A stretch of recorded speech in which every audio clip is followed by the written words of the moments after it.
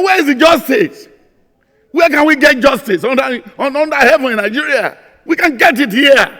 Ọ̀rọ̀ Dele Farotimi àti bàbá yẹn break news náà ni mo ti predict ẹ̀ ní last year àwọn rẹ̀ Dele Farotimi pé kó kíáfù rẹpẹtẹ wọ́n máa hàn tiẹ̀ eléyìí tó ṣe lọ́rọ̀ Peter Obi àti INEC kó fi wọ́n lẹ̀ jẹ́ kó máa bá tiẹ̀ lọ dẹ́ni gbogbo ìjà tó fẹ́ jà jọ báwo lòbí ṣe wọlé nígbà tó ń transfer gbogbo pilot tó jẹ́ ti Igbo àti ti tó ń transfer wá sẹ́kọ̀ọ́ nínú INEC we done a lot of bad havoc till tomorrow.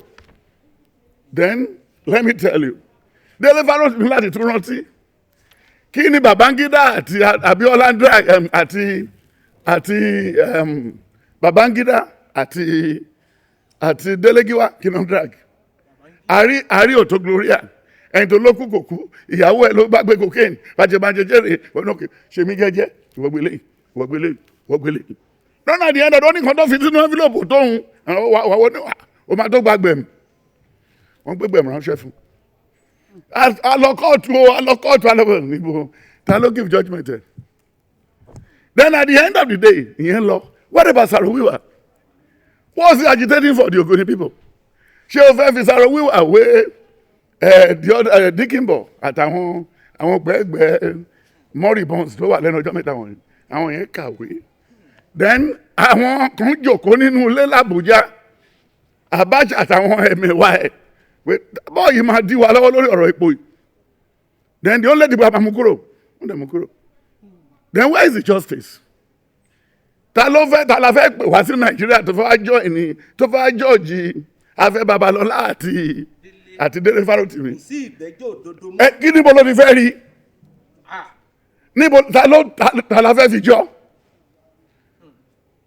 Akíngídé 12 to 3rd Morrissey who on election nǹkan tí Ọbásanjọ́ kọ́lé lọ́wọ́ wọ́n gbé jáde ṣebí gọ́ọ̀mẹ̀ntì ní power ló máa yan INEC chief then níbo lẹ́ni fẹ́ dájọ́ then wọ́n tún wo ti Jésù jẹ́kátẹ̀ kó lórí ti Nàìjíríà nígbà tó ń pa Abíọ́lá tó ń nà pa wọ́n ní ta ni wọ́n máa lọ mú wá tó máa mú ojú Yorùbá wá sílẹ̀ wọ́n lọ pọ̀ Ọbásanjọ́ and they brought Ọbásanjọ́ in then gbà tó ń mú Ọbásanjọ́ wọlé tán Ọbásanjọ́ ọwọ́ ìsọ̀ ohun Jacob he was a puppet. How do they change how do they change Awolowo ibi tó yẹ ká pè ní Awolowo airport a pè ní Nnamdi Azikiwe airport torí Ọbásanjọ́ jẹ́ Igbo. Where do we get the judgment? Where do we get the judgment?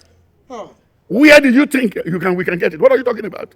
Má bí mi ní question tí o sori máa dá ẹ lóhùn tó pé òní age ó dẹ̀ ní like ara ẹ̀. Then what really happened? Then tó wá wò yẹn ó tún ṣàlàyé again. Ṣé justice là ń sọ̀rọ̀ ẹ̀? Then báwo ni Bọ́lá Ìgè ṣe kú? The Chief Justice of the Federation, where is the judgment? Then the death of Abiola, where is the judgment? Where is the verdict? Then gbogbo àwọn ìbò tá a ti ń di láti Nàìjíríà ṣe náà rí igi ẹ̀. Ṣé náà rí igi ẹ̀? Èwo ló wá lé tí Farotimi àtòbí níbo náà ti bí sórí mẹ́ja? Níbo náà ti bí ṣebí wọ́n ló béèrè question ní sùúrù o. Tó o bá fẹ́ béèrè o lè máa gbé kámẹ́rà ẹ lọ. Sọ́rí kan tẹ́mi sọ it's just very simple. Sọ́rí báyìí ṣe ń di nǹkan mú Nàìjíríà wà jobless àlọ́pọ̀lọ́ no common sense. Everybody tó jókòó sí pálọ̀ tó ti ẹ̀rí iná tí nẹ́pà múná wá á sọ sọkúnsọkún orí fídíò. Nàìjíríà ò ní bí lọ ọjọ́ tàbí tí mọ́tò ti já wa sẹ́gbẹ̀ẹ́ títì. Apariwo ráìsì títí lẹ́yìn ráìsì apariwo petrol lẹ́yìn yẹn tí àti tùmọ̀lẹ́ tàbí àpáni. Nàìjíríà ti ṣe break news. Ọ̀rọ̀ Dele Farotimi àti bàbá yẹn break news náà ni mo ti predict ẹ̀ ní last year àwọn rẹ̀ Dele Farotimi pé kó kíáfù rẹpẹtẹ wọ́n máa hàn tiẹ̀ eléyìí tó ṣe lọ́rọ̀ Peter Obi àti INEC kó fi wọ́n lẹ̀ jẹ́ kó máa bá tiẹ̀ lọ then gbogbo ìjà tó fẹ́ jà jọ báwo lòbí ṣe wọlé nígbà tó ń transfer gbogbo pilot tó jẹ́ ti Igbo àti ti tó ń transfer wá sẹ́kọ̀ọ́ nínú INEC nígbà tí wọ́n ti kó gbogbo àwọn Igbo wọlé sí redeem sí winner sí everybody ní láti Thursday Friday kán lè wá tẹ̀ka torí Obi fẹ́ win ní Èkó ṣé ìlú Èkó ti Obi ni then Obi tó fi ìbúra níbo ni Farotimi wà nígbà tí Obi tó ń búra níwájú Ojukwu níwájú shrine. Then who is Obi? Then ó ti tẹnu mọ́rọ̀ yìí, kóòtù ti ṣe tiẹ̀, wọ́n ti lọ, wọ́n ti ẹ̀ pé ẹ má wọn tó lọ dájọ́ yìí time yẹn. Ṣé bíbẹ̀ làwọn àgbẹ̀ ọ̀sákòmẹ̀ gbogbo wọn wà tí wọ́n sùn tó ń gbé pílò lọ sí court? Ṣé báwọn náà ló pé even wọn kàn mú bòrà dání ni? Ẹ lọ wo judgement, ẹ lọ pé jáde kẹwò náà.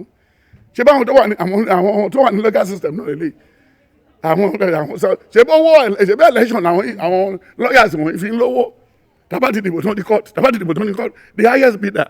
Ẹ wo ìjà tó wà láàrin senate president tó máa ti senate tó máa lọ jẹ́jọ́ nígbà tó tún wọ́n tún win. Then níbo la ti ń bá ilé ìbọ̀. Then àwọn tó já sí Èjìgbò tí wọ́n já wọn sí Èjìgbò mélòó nínú wọn ni wọ́n ṣe kéèsì ẹ̀. Àwọn tó ta plane fún wa ní plane yẹn ò lè já 20 years to come. Then ọmọ Abacha tó gbé fly jet tó gbé lọ tó lọ fi ń ṣe party tó já dànù. Then where are the justice? Where is the justice? Then bàbá àṣàlẹ̀ election ní Ìbàdàn Adédìbú. Kí ni qualification Adédìbú? Kí ni qualification Ọbásanjọ́ nígbà tó di president tó ṣe ti civilian tó tún ṣe ti. Then nígbà tí wọ́n káwọn mọ́ níbi tó ti fi $10,000 ṣe settlement ní court ní hotel Abuja tànà tí wọ́n lé. Then you are still talking tomorrow. Bàbá Afẹ́ Babalọ́lá kì í ṣe God, ọmọ tálíkà bíi tèmi ni. Then tọ́lọ́run bá dẹ̀ ràn lọ́wọ́ tó débi tó délé ni. Ọlọ́run kọ́ ló ń ṣe tówó. Gbogbo àwọn tó lówó tó pọ̀ jù Nàìjíríà lé ní àwọn oníjìbìtì ní àwọn èṣù dìran, èṣù dèrè. Àwọn èṣù nìyí. Ọlọ́run kọ́ ló wà ní charge owó. Ó yẹ kó bá millions lápò Jésù nígbà tí Jésù lọ. Then again there's one tó ṣẹlẹ̀ ní Luke 22:45 to the end. Luke 23 from verse 25 to the end. Then Luke 24:1-8. Then when you look at 1 Corinthians 9, Acts of the Apostle 9, then Luke 12:1-10. Then when you look at Luke 16 from verse 1-18, then Luke 18:1-10. Wọ́n ní tí ń bá lọ tí ń bá padà wá. Ó ní ṣe máa bá ìgbàgbọ́. Kò sẹ́ni tó dá lóhùn. Kò sẹ́ni tó ṣe kíni tó dá lóhùn. Then John, my brother, kọ́lọ́n fún ara ẹ̀ kó pẹ̀tù sí alágbára. Ó ní tó bá rí tálíkà àti olówó tó ń jà. Ó ní kó má wọ́rì nípa wọn. Torí ọ̀gá ògo ló ṣẹ̀dá Farotimi àti Afẹ́ Babalọ́lá. So tọ́lọ́run bá fẹ́ máa wọn méjèèjì lóru èní yìí sọ́dọ̀ ẹ̀ kò take 10 minutes. Tọ́lọ́run bá dẹ̀ fẹ́ fi Farotimi pamọ́ fúngbà díẹ̀ fún ewu tó ń bọ̀ nílé ẹ̀ kò jọ lọ́run lójú. Kò sínú àwọn méjèèjì tó jàre. So automatically mi ò mọ̀ kan tí wọ́n jà fún. Níbo ló ti kọ́ lọ́ọ̀ tiẹ̀? Ṣé bóun náà ṣe fẹ́ jẹ́ èèyàn rẹ̀ bó ṣe fẹ́ popular rẹ̀? Ìyẹn Farotimi. Ṣé bó ṣe ń bá lọ ṣé ó lè dàbí ṣe bíbí ló wà nígbà táwọn èèyàn ti wọ́ bọ́nú box tó ń da ìbò Gani Fáwẹ̀mí nù tí Fáwẹ̀mí ń sunkún káàkiri pé àwọn masses ló ń fẹ́ràn lọ́wọ́ ó sunkún kù ni. Wọ́n ló ní diabetes wọ́n ní àtìmọ́lé lórí Gani. Àwọn àbúrò àwọn táwọn láti Ondo state à lose ẹ̀ lórí òtítọ́ yìí náà ni. Lọ́ọ̀yàwó ló tún fẹ́ gbóná ju Gani ní Nàìjíríà.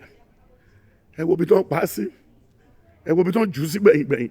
So at the end of the day kí ni Farotimi kó lọ kú temper. Kó lọ ṣe kí ni kó lọ kú temper. Afẹ́ Babalọ́lá pàpà fún ara ẹ̀ kó lọ kú temper. Tó bá rò pé òun fẹ́ jẹ lọ kó rántí pé 1 Samuel 1:1-10, 1 Samuel 3 from verse 29, then 1 Samuel 6 and 1 Samuel 7:8 ó sọ pé ó ní nǹkan tó máa ṣẹlẹ̀ sí Élì àtàwọn ọmọ ẹ̀. Ó ní ọjọ́ kan ní ọmọ Élì méjèèjì máa kú. Ìwọ́n náà ó lọ́jọ́ kan ní sẹ́ẹ̀ ó létí tó bá gbọ́ máa ṣe kí ni ó máa trínkù.